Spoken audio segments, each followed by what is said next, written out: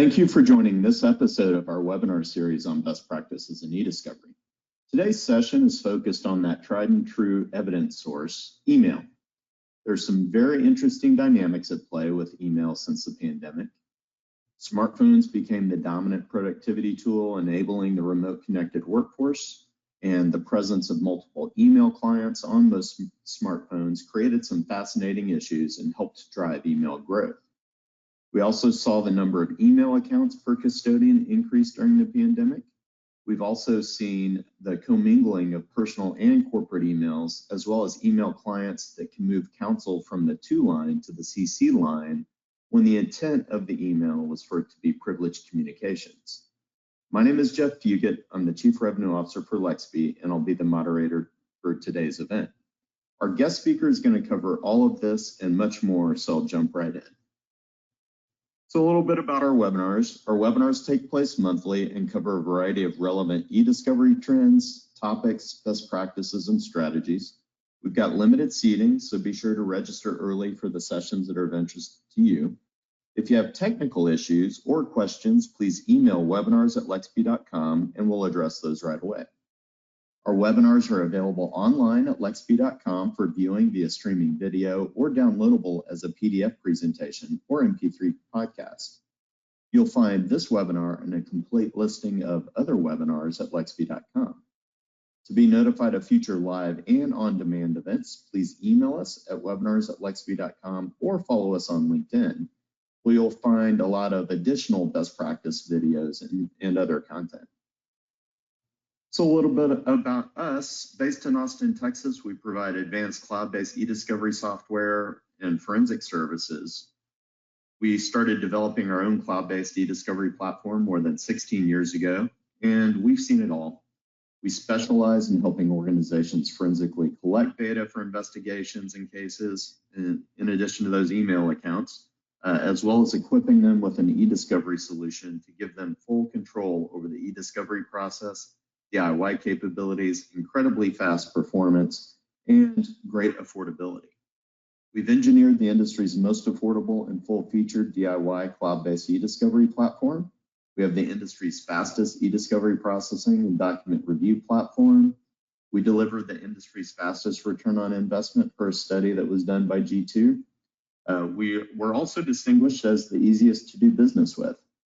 We have a team of experienced e-discovery specialists and expert consultants who are all ACET certified.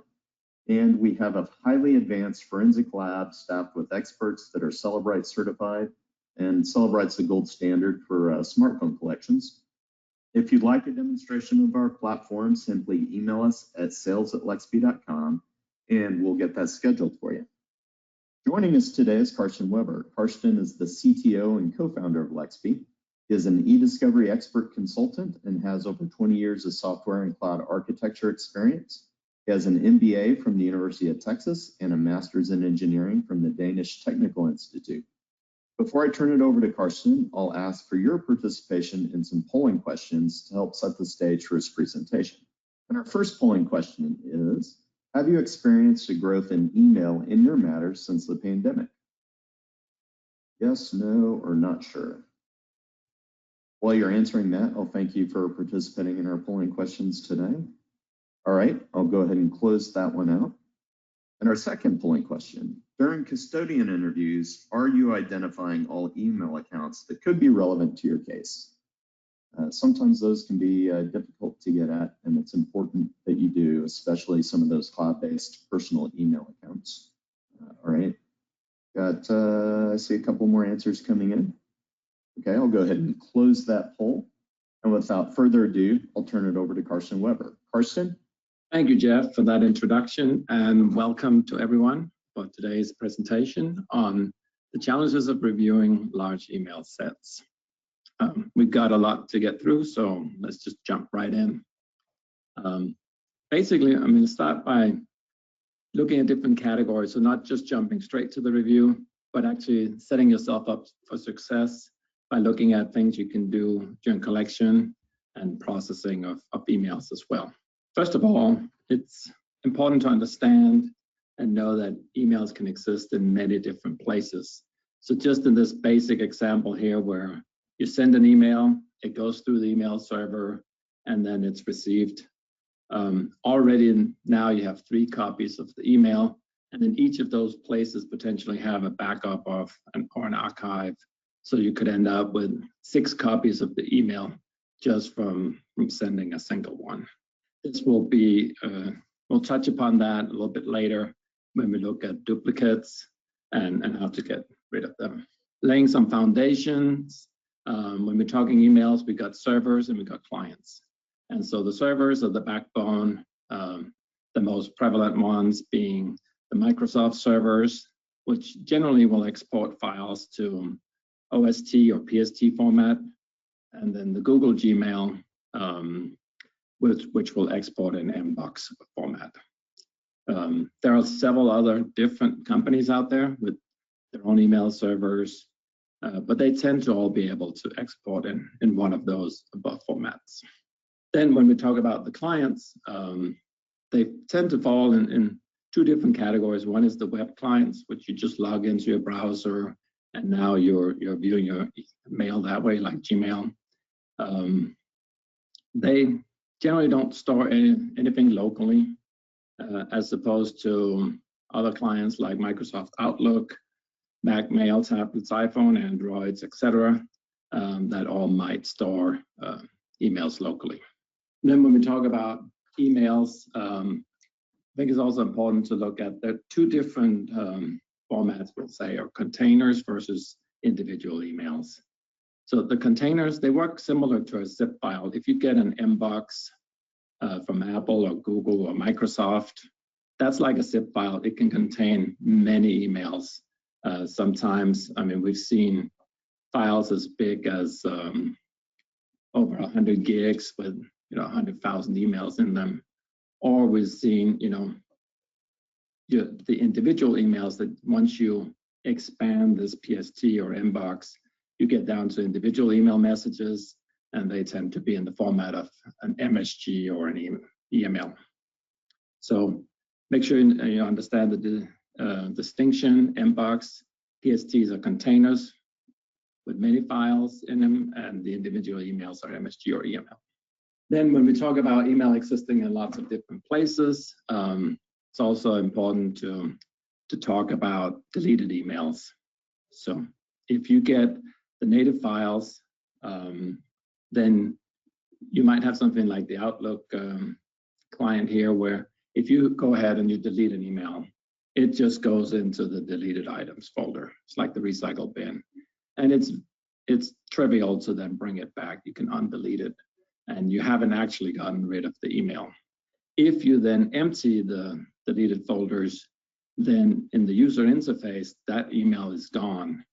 But behind the scenes in the PST file, Outlook just marks that file as deleted. It's still there. And if you have a forensic team, I mean, that's what their salt, they will absolutely be able to bring that back. Over time, that area of the file may get overwritten, or if you compress the PST, then it will truly be gone. But just be aware, if you have an PST and you empty the deleted items, that does not mean that the emails are gone. That is different from if you have a web client. If you're in Gmail web client or some other web client, and you delete the email from the deleted items or the recycle, it's gone. I mean, there's no, I should say, easy way. There really isn't a good way to get that back. So that web clients are different from local clients in that respect. The fact that you can get these emails out of the deleted folders, and that you can do forensic work too to get emails, shows the importance of getting native emails. So I think in the collection side, it's important to always ask for native files whenever possible. Later in this presentation, when we talk about production, I will talk about why you should never produce it in native. So it just depends on what side you're on. Okay, so now that we have the email, let's talk about processing. And the first thing to look at is normalizing the time zones.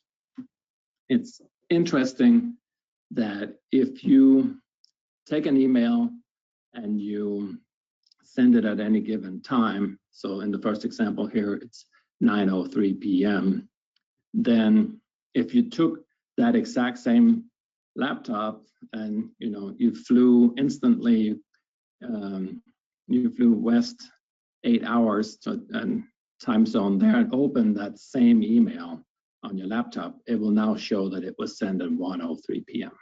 The same email will show up adjusted for local time zone. So when you take an email and you convert it to TIFF or you convert it to PDF, at that point you sort of bake in that time zone and you have to make a decision, what time zone do you want to convert this email to? It's no longer dynamic once it goes into the PDF or TIFF. And there are generally 3 options. The simplest one is to use a single local time zone for all custodians. So if this case takes place on the East Coast, you can use East Coast time and you're good. As the number of custodians grow, as the complexity grows, you might be able to find the time zone for each custodian and adjust it that way. Has some benefits. You do have to be mindful that it could lead to issues in deduplication. And we'll talk about that later, where the program may or may not be able to identify them as being the exact same email if you have individualized the time zones. And finally, as the complexity just keeps growing, you might just say, I'm going to convert everything to universal time, Greenwich Mean Time.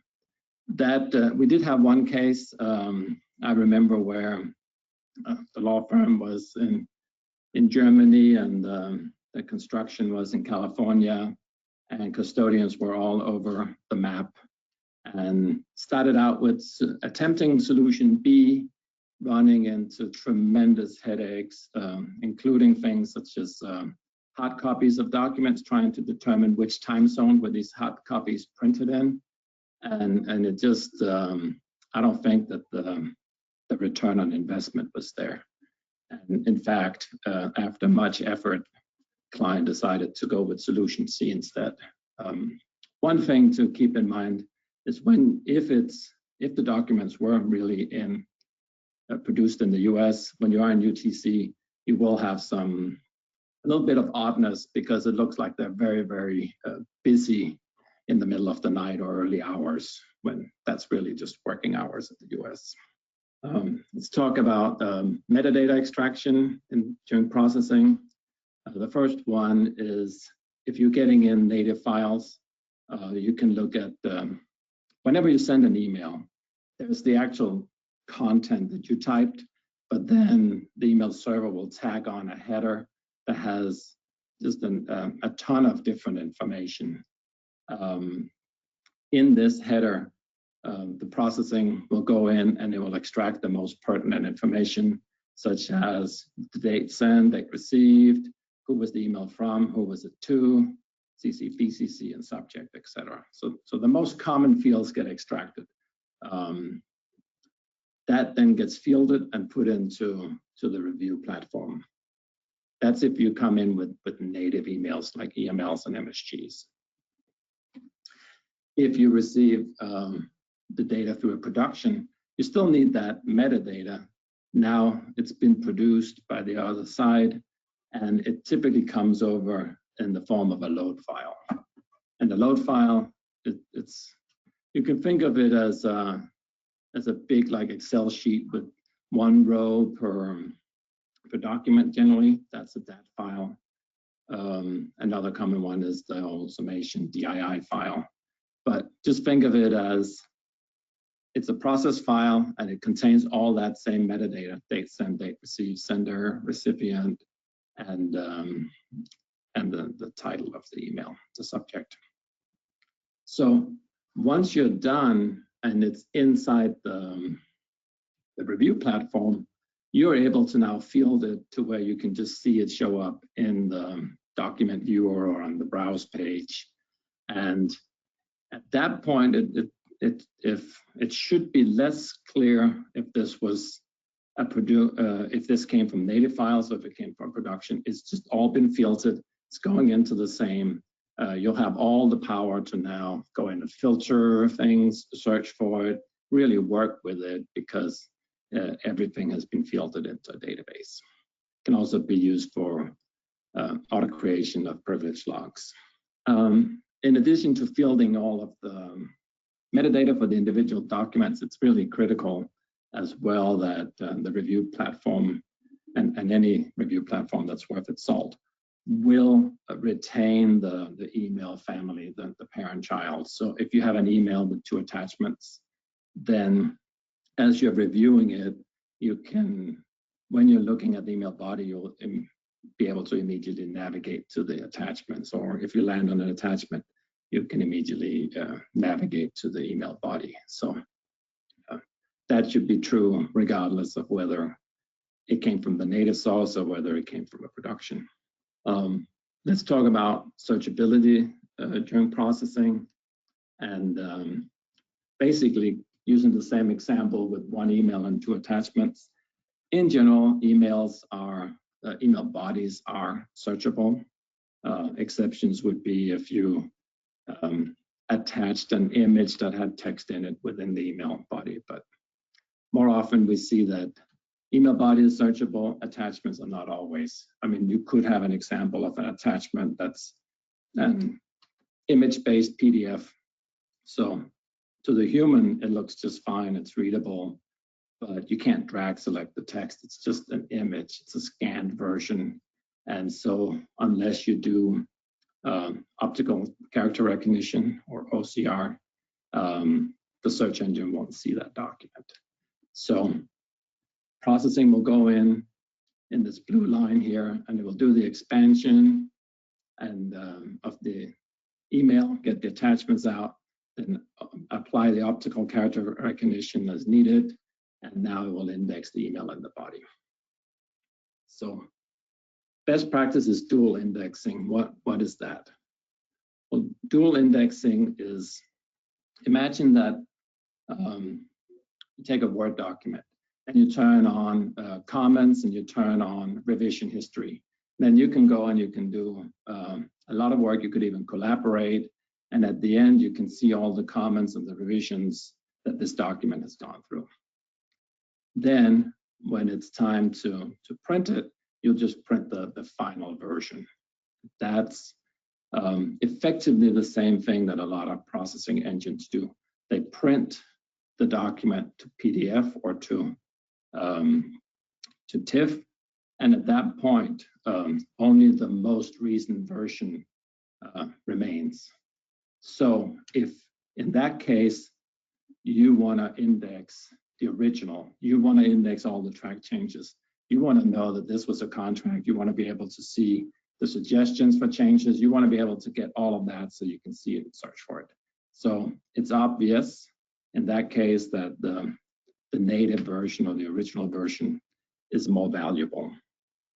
However, what if that original one was a scanned image of a scanned PDF? In that case, when you process it, when you convert it to PDF or TIFF, you'll do OCR, you'll get all the text out.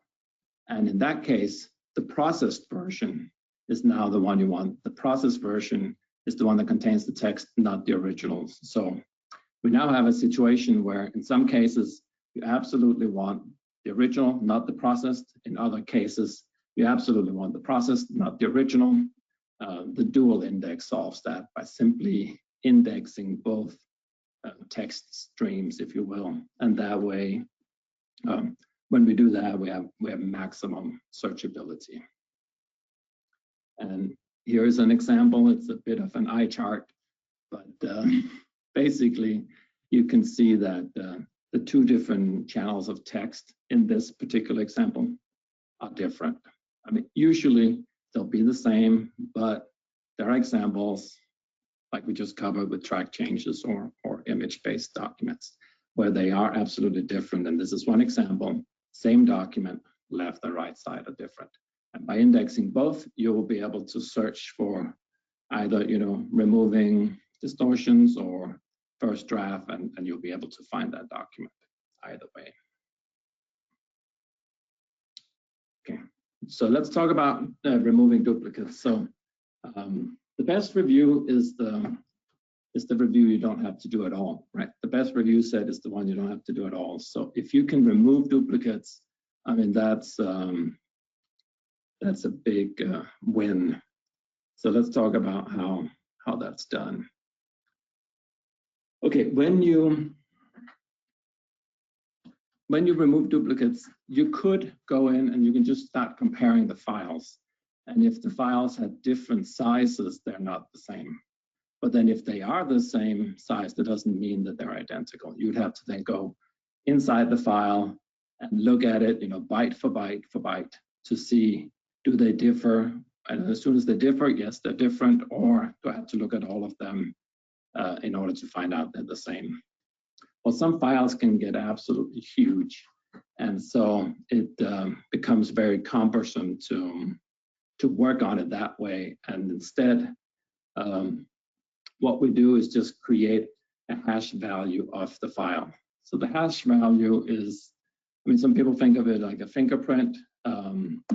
I used to do this back in college. I loved it. Technically, it's often done as effectively like viewing the whole file as one giant number, dividing by some magic number, and then taking the remainder. So however it's done, here's one example where it's an MD5 number that you can see there. There are more combinations in a number of that length than there are atoms on planet Earth. So it's if two files are different, they will have a different MD5. And reverse, if they are at the same MD5, it is the same file. You can, on a side note, if you have a file, you can generate its MD5. If you have an MD5, you can't, generate the file from that. But what do I have now that I have this hash value? Well, I've got the ability to very quickly compare documents, because I could take that hash value from every single document and I could put it into a long list, and then I can sort the list. If I do that, then voila, as I'm looking through that list top to bottom, if I come upon two numbers that are the same, they're duplicates. If there are 7 duplicates, guess what? They will be right next to each other in this sorted list. So I don't have to know. I no longer have to compare every document to every document. I just look in the sorted list and I can very, very quickly find duplicates and remove them. One thing that's special about emails is that we talked earlier about how like a PST is like a zip file and an MSG is the individual email. It's interesting that when you open up the PST and you save out the MSG, you open up all the emails, you save out one email, Outlook will add inside that saved file, it will add the time and date that it was saved. So if I save it once, I save it twice, I save it 3 times, every time it will have a different date time inside it. That means the MD5 will be different because they are not technically the same file. And so every time I save an email, I'll get a different hash value. And so for that reason, to get a stable hash value, we have to hash on something other than the actual content of the file. And typically, we're using sender and receiver and a date, time, and subject, some combination of that, and then do use that to create the hash. I do want to quickly mention that often you hear hash in combination with denisting. So the National Institute of Standard and Technology will create a list of known files. So these are often like operating system files. It will be millions and millions of hash values long. And if one of your files matches that, you can safely remove it. It's a system file, it's not going to be relevant to the case. However, because of the nature of these emails and the way we're hashing them, they will never be, or they will not be on this DNIST list. So whenever you're talking about big collections of emails and reducing the amount of stuff you need to review, denisting, it doesn't make any sense. Denisting is just for removing known system files, known applications, not for emails. Okay. Deduplication removes unnecessary email. Yes, just mentioned that. Also, it works on the whole email and not just the email body. So if two email bodies are the same, that means they've got the same attachments as well. Okay, so there are two main ways of removing duplicates. One's called vertical dedupe, the other one is called horizontal dedupe. And what's the difference? So one example that I like is if I took an email and I sent it to 100 colleagues, broadcast it, there would now be 101 copies of that email, the one I have and the 100 recipients. So how do I reduce that set down? Well, not by doing vertical dedupe. Vertical dedupe removes duplicates within each custodian, within each recipient. But in this example, they only received it once, and therefore, nothing gets removed. I still have 101 emails at the end of the day. Horizontal dedupe, on the other hand, just look at the whole collection of emails, find that there is 101 copies of it, and it removes 100 and leaves just one. So it is much more effective, much more efficient at removing things. So why not always do it that way? And that question is best answered by saying, let's say we have this 101 email, we remove 100, we just keep one, and now some of the custodians start to fall out as the case progresses. What if that custodian that gets removed are the only one that's left with that one email? Now that email's gone. Whereas under vertical dedupe, since it was all done within each custodian, you can remove custodian freely and you're not going to run into any problems. So for that reason, when duplicates are removed, it's very important that there is some logging within the platform of what was removed and from which custodian, so that it still is possible to remove custodians after the fact. But the easiest would really be to not run the dedupe until you have a good set of custodians. Okay, so far we've talked about exact dupes. It's safe to remove them because they really are identical. Next slide is on near dupe groupings, where they could be the same, but they may not be, but they're just very similar. And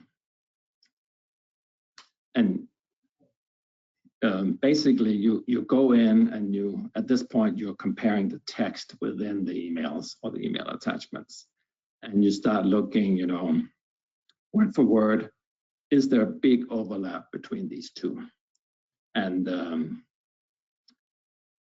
so we'll see an example of this later, but it's all about grouping it in order to speed up the review. Okay, so now let's talk about the review. First, let's lay some foundation with the headers, and then we're going to start looking at small cases with emails, then medium-sized cases, then large, and then really large cases. So we're growing in size here, finding the right tool, finding the right approach for the review. But first, let's lay the foundation with the headers. So when you send an email from you to the recipient, there is the portion that you actually typed. I mean, the stuff that you put into the email. But then when you send it, the email servers will add headers. And often, if there's a large geographic distance between two people, so it's from one state to another, for example, it might very well go through not one server, but it could go through 5, 10 different servers. And every email server, it'll just send it to the closest email server that will send it to the closest one to it that's closer to the recipient, and it keeps going until it gets to where it needs to go. And for every hop that it makes, that server will add additional information to the header of who it is, when it was received, when it was forwarded to the next server. So you end up with these internet headers that have a lot of information, far more than what's displayed in the user interface. The thing that is normally pulled out is into the user interface is just the to, from, CC, BCC, subject, date, received, but we also have the date sent, the IP of the sender and receiver, the domain addresses, message ID, threading ID, and the whole transmission path, as I was talking about, as it goes from server to server.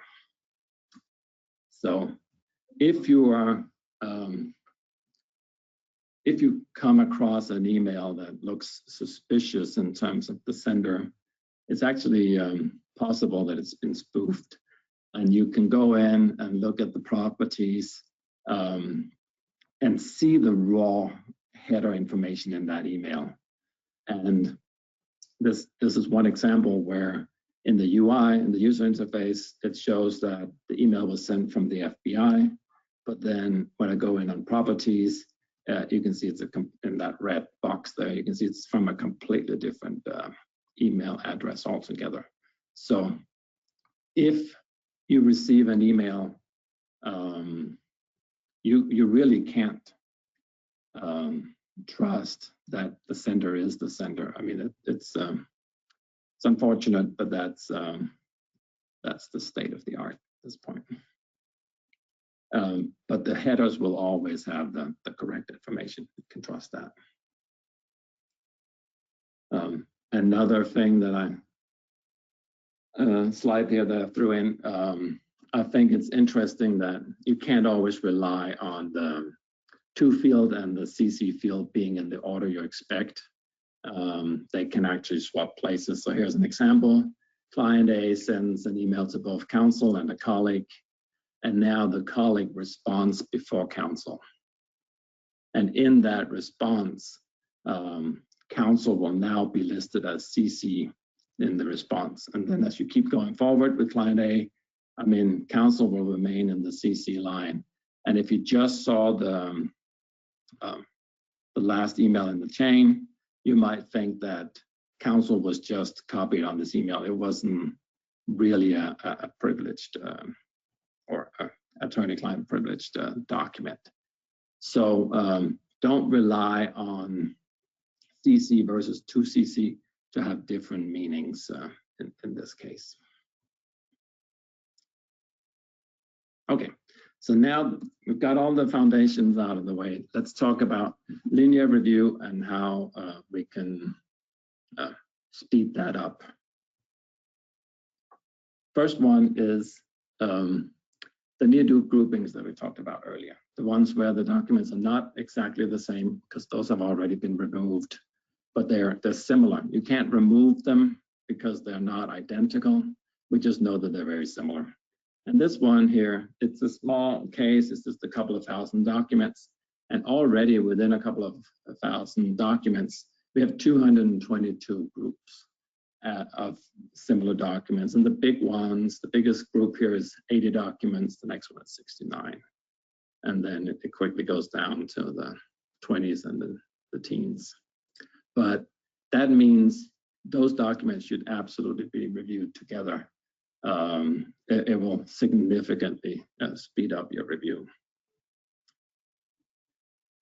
This one shows an example of near groups, and this is on browse. As you can see under the title, it really looks like it's all part of the same email thread, that they're all responding to each other. When you open them, I'd suspect that they're very, very similar looking.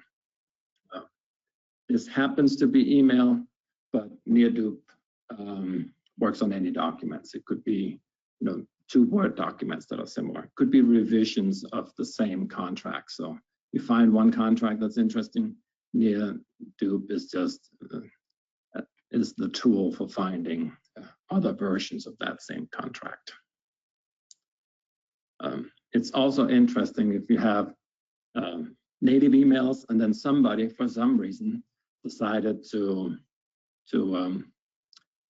print to PDF one of these emails. Well, I mean, even though it's no longer technically part of the email thread directly, it will absolutely show up here under the near-do grouping. If you send me a very long email and then I responded saying, okay, that looks good, it's a near dupe. If you send me a long email and I respond, I remove all of your text and I write my own text, it's no longer a near dupe. It's just two different documents.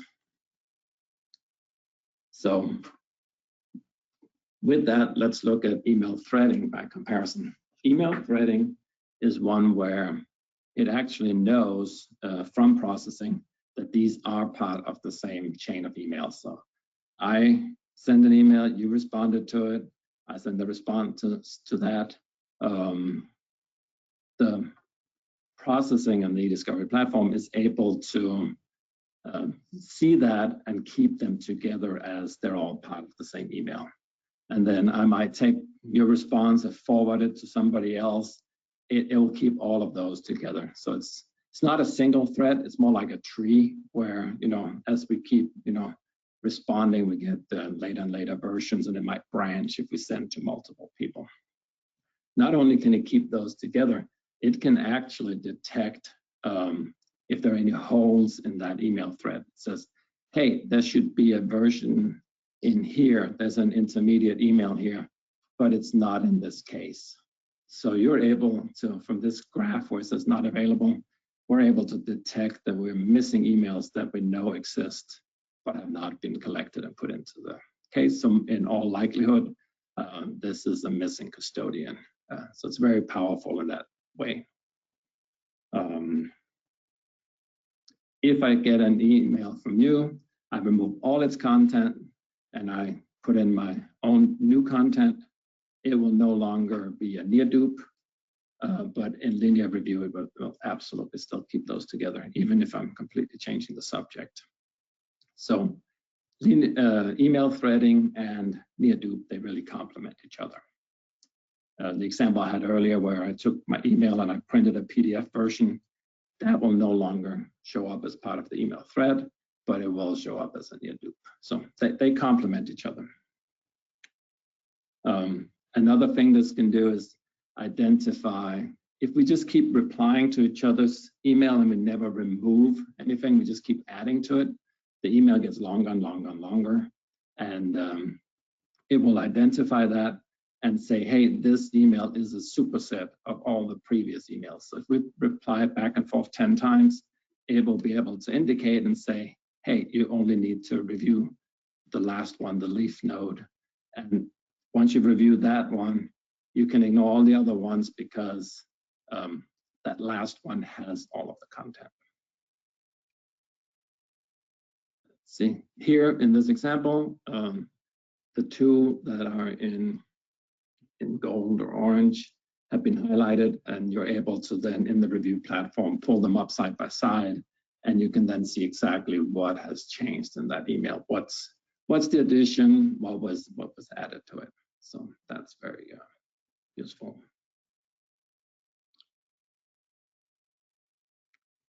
Okay, finally, we have email threads, we have near dupes, they're all grouping.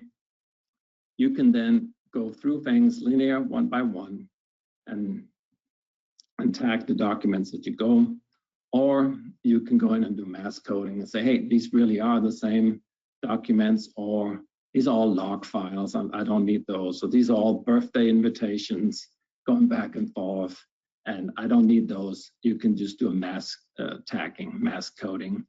And so that will save you a ton of time. Like the near dupe group we saw with 80 similar documents in it. If you determine, hey, this is all birthday related, or this is nothing to do with what's relevant in this case, select them all and mark them non-responsive, and you just did 80 documents at once. Speaking of doing that many documents at once, let's look at linear review with one reviewer versus multiple reviewers. So as a general rule, one person is able to do about 60 documents per hour.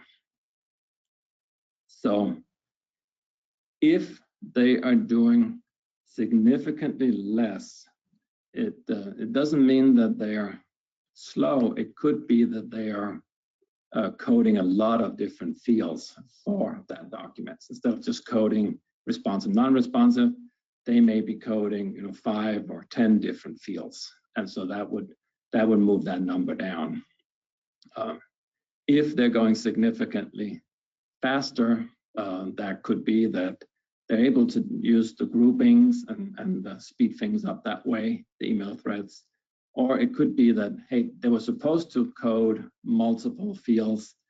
They didn't understand that that was the requirement, and they're only coding for responsive, non-responsive. So outliers on both sides could spell trouble, could be something that's worth looking into. So it's interesting. We just have this one, general rule, 60 documents per hour per reviewer. What can we do with that?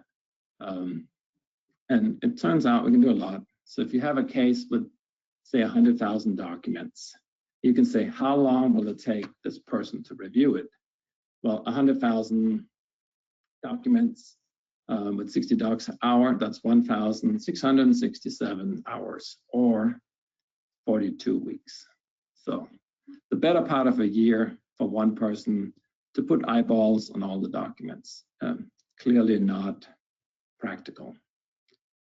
You could then reverse that and say, for the same 100,000 documents, I've got 3 weeks to complete this. How many reviewers? And then you run the numbers, and it comes out you actually need 14 reviewers to make that happen. So you can see as things grow, linear review, even with multiple people, can very quickly become impractical or cost prohibitive. It's worth pointing out with multiple reviewers that you need a platform that can do dynamic review sets. And what that means is if you have 14 different reviewers going, then they're not stepping on each other's toes, right? They're not reviewing the same document twice. They're not, basically dynamic review sets means I'm checking out these documents. I review them. When I'm done, I check them back in. They're reviewed, they're done. And while they're checked out, nobody else can get those same documents. It also means, let's suppose you did not have dynamic review sets. If you took all 100,000 documents and divided them up into 14 piles for the 14 reviewers, you would suddenly have one that gets done way before the rest. And then you'd have an absolute mess trying to get that person to then get a little bit from all the other piles to, for that person to keep going. Or somebody drops out, they can no longer be part of the review team, and I have to, distribute their documents. All those problems are non-existent with dynamic review sets. It just, it takes care of it for you. Another way to use dynamic review sets, you could really set this up, and you could have these 14 people reviewing. And then what we've seen is some people choose to then take, 5–10% of the documents and have somebody else review the same 10% from each reviewer.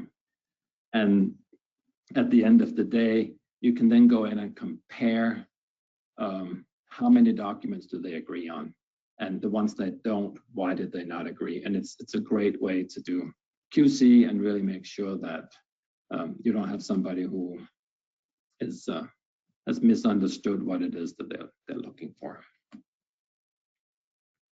Okay. Let's say the case continues to grow and we're getting into the past the 100,000. I mean, at some point, linear review for most people become impractical. We're moving into keyword searching. keyword searching really falls in two categories, one where you have an ESI order and one where you don't. The ESI order will specify agreed upon keyword search terms. And I've seen those range anywhere from here, like 10 keywords up to like 500 terms. But take these keywords, search the case, anything that it hits is relevant and responsive and should be produced, except for privilege. Often what we see is when you negotiate these, you don't have the data, you don't know exactly what's going to get returned, and you could choose a term that returns close to nothing, or you could choose a term that it's almost like a noise word. It returns more than half of the case, and it's clearly returning a lot of noise, a lot of things that are not relevant. So often this keyword searching tends to be iterative. It's a test, you set it up. It's nice to have some kind of search term report where you can just pour in your keywords, run them, get a graph of like a histogram of how many hits on each, and then it's iterative. You take some out, you might put in some new ones, and then you repeat until you're happy.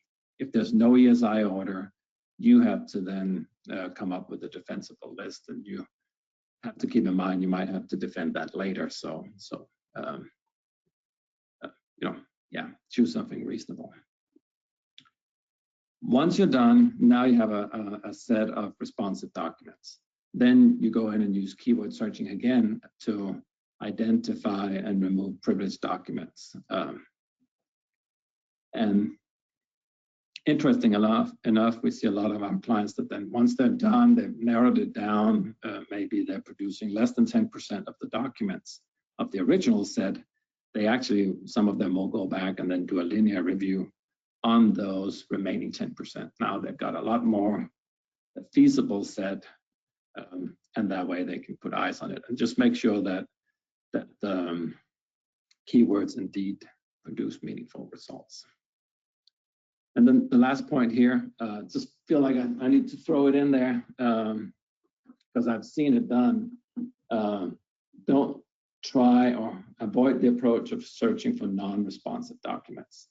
So if you think of responsive and non-responsive as colors, and anything that has a red or a green in it you want to produce, but if it's yellow or blue, you don't want to produce it. You can't just search for yellow and blue as non-responsive and say, oh, I took all those out, produce everything else, because just because it has a yellow and blue doesn't mean that it wouldn't also have a red and green. You can't sort of do the negative search. I've seen it, so I just wanted to put that out there, avoid that. Okay, so now things keep increasing in size, and we might pull out, assisted review. It's best suited for really large cases, 100,000 documents or more, maybe 1 million documents and more. And it requires a training set that includes both responsive and non-responsive documents. And the idea is, again, if we take the example with the different colored balls and say you have a pit full of different balls, the idea is that if I want you to classify red and green as responsive and blue and yellow as non-responsive, you just start picking randomly from the pit and you go, oh, that's a red, that's a green, and you train your algorithm on this. You'll find very quickly that you'll get one that's blue but has red dots on it, and you go, wait a minute, is that red or blue? Which one is it? And then you find one with stripes on it with 2 colors, and you just keep making the decision, and the algorithm learns every time. So if your training set now has a representative sample of everything in your case, you would be able to then have the algorithm run, use that knowledge to predict the remaining set of the case. And what's interesting, what's fascinating mathematically is that if your case is a normalized set, you need a relatively small training set to predict a very large set. Now, there's a lot of opinions. There's a lot of, opposing opinions in this. So I'm not going to get into the details of it. I just want to say that it is interesting that in this training set, you might use a lot of what we've already talked about. In addition to random sampling, you might use keyword searching, near-dupe groups. In this example we talked about earlier, which was a tiny one that had 222 near-dupe groups, you can imagine in a bigger case, it will have thousands and thousands of near-dupe groups. You could make an argument that at least one of from every group should be in the seed set. Otherwise, you will have a seed set that doesn't even know about these documents in a particular group. And then once you have your set, then you're back to linear review of that set. But again, it's a much smaller amount than the whole of the case. Reaching stability is highly data dependent. So that's where you really don't know at the onset how long this is going to go for. And there will absolutely be linear review, and that could be a significant amount of linear review. And the example would be that you keep picking these different colored balls. You want to classify red, green versus yellow, blue. They just keep coming back. They're opaque. Now some of them are square. So is the square one, if it's green, does that still count? I mean, they just keep, there's a triangular one. I mean, is this a ball? Is that not even a ball? I mean, just keeps, it never stabilizes. You just, every time you pull something out, it looks different. And you're supposed to keep going until the algorithm stabilizes by having an agreement between it's predicting the next subset of documents. You code it manually, and there's some agreement there. That makes it a little bit unpredictable what you're undertaking, and therefore best suited for really large cases. I think that's all I want to say on that one. Last here is be careful how to produce emails. So I've talked a lot in the beginning about how important it is that you get the native files. They've got lots of information. They have the deleted email. Sometimes they have the deleted. They got the email threading ID. They've got all kinds of information that is that could be pertinent. They've got the headers. You can see if they've been spoofed. All kinds of good stuff. So I made a strong case for why you should always try to do that. I want to make an equally strong case for why you should never give that out to the other side, and it's for the exact same reasons. Yeah, there's a lot of issues with native files. They can contain viruses. You could give a virus to the other side. Don't get any ideas. You could actually, if you have an MSG that's part of a case, you could open that MSG. Say it was sent to the CEO. I could open that and I can hit reply. And guess what? It's now going to reply as if I'm the CEO of that company. Some law firms will consider it malpractice to give out the native MSGs or EMLs. So there's a lot of pitfalls. There's also a pitfall of say you have an attachment and that's privileged. If you don't pay attention or take care, you could accidentally, inadvertently produce the MSG in native form. And if you do that, the fact that you withheld one of the attachments doesn't matter, because the other side could just go to the email body, find the native version, open it, and voila, there is the email with the attachments, and they got the attachment in their raw form. So best practice is to always convert it to TIFF or PDF, and then use that in the production, not the native format. So wanted to throw that out there. Okay, last but not least, I just wanted to throw this in. It's as a bonus here, loss of privilege. One last thing to think about when dealing with emails is ways that, there's a way here that you probably already know, but it's interesting because it was part of a case where a client sent an email to counsel, and then the counsel responds, but the client then forwarded the email to a third party, which was actually a consulting company, and they wanted to discuss what counsel had said. They wanted to further discuss their strategy. And the court found that privilege had been waived at that point, and that and whatever counsel sent back in a response was now, should be part of the production. So you probably already know this, but it's fascinating, something to certainly be aware of. Make sure everybody's trained on that. And with that, that's all I've got. Appreciate your time, and it was a pleasure, and I look forward to the next time. Thank you very much. Thanks, Karsten. That was a great presentation. I'm going to briefly walk you through how LexB helps law firms and enterprises address the challenges of reviewing email in e-discovery. At LexB, we provide comprehensive remote and on-site forensic collections that are fully defensible. We utilize industry-leading tools like Celebrite and Magnet. We can identify the email clients, accounts, and collect the emails from the custodian devices. We handle a very wide range of device and account types, as you can see on this partial list. That includes those sometimes difficult to get at personal cloud email accounts.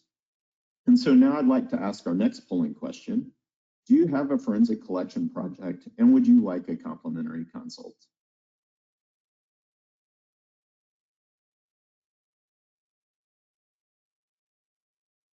Okay, I'll go ahead and close that poll. With LexB's e-discovery platform hosted at Amazon Web Services, you get on-demand capabilities at scale to address the needs of your case. With LexB's cloud infrastructure, you can get from document ingestion to review faster and get your productions out the door faster. All of your remote or mobile connected employees can access the LexB Discovery platform via web browser. It works great on Macs, PCs, iPhones, and Android devices. And on this slide, I really wanted to point out that LexB is a single end-to-end e-discovery platform. Unlike many e-discovery providers, you don't have to move your data from one solution to another. LexB has fully integrated processing, review, analytics, case timelining, artificial intelligence algorithms, and production capabilities.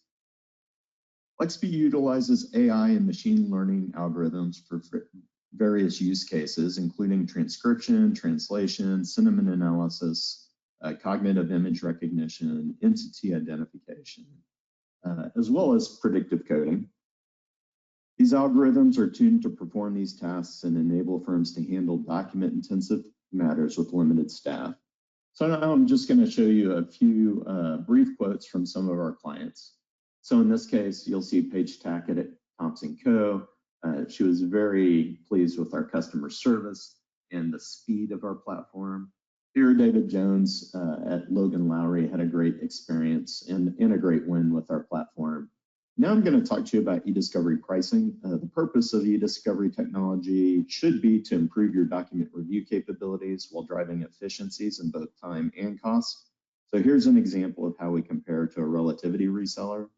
And in this comparison, you'll see that the relativity reseller charges $30 per gig for data ingestion. Our highly efficient processing servers and serverless architecture enable us to offer this for free. While the concept of promotion might sound good, this is usually a cost associated with moving data from one platform to another. The LexB Discovery platform is an end-to-end platform and doesn't require that you move your data. Not only does this save you $125 per gig in this case, but it also helps eliminate data handling errors. We also don't charge user fees, so you can have as many users as you need at no additional cost. We don't nickel and dime you either with OCR or electronic endorsement fees per page. We also have highly advanced analytics integrated into the platform at no additional cost. And we're able to deliver savings on the hosting costs too. So in this case, we're $5 per gig per month. That's where we start our subscriptions. And the Relativity reseller was $8 per gig per month. And with that, I'll ask our last polling question. Would you like a demo of the LexB Discovery platform? While you're answering that, I'll thank you for attending today's session. We'll be making the following available to webinar attendees: a recorded streaming version, an MP3 podcast, as well as a PDF. Please let us know if you have any questions or comments about this webinar or suggestions for future topics. I'd also like to ask for your participation in the survey at the end of today's presentation. We really value your advice and input into this program. We want to continue to improve and bring you high quality content. And with that, I'd like to thank Carson again for presenting today, and thank you for attending. Watch your inbox for an invite to our next webinar on best practices in e-discovery. Take care.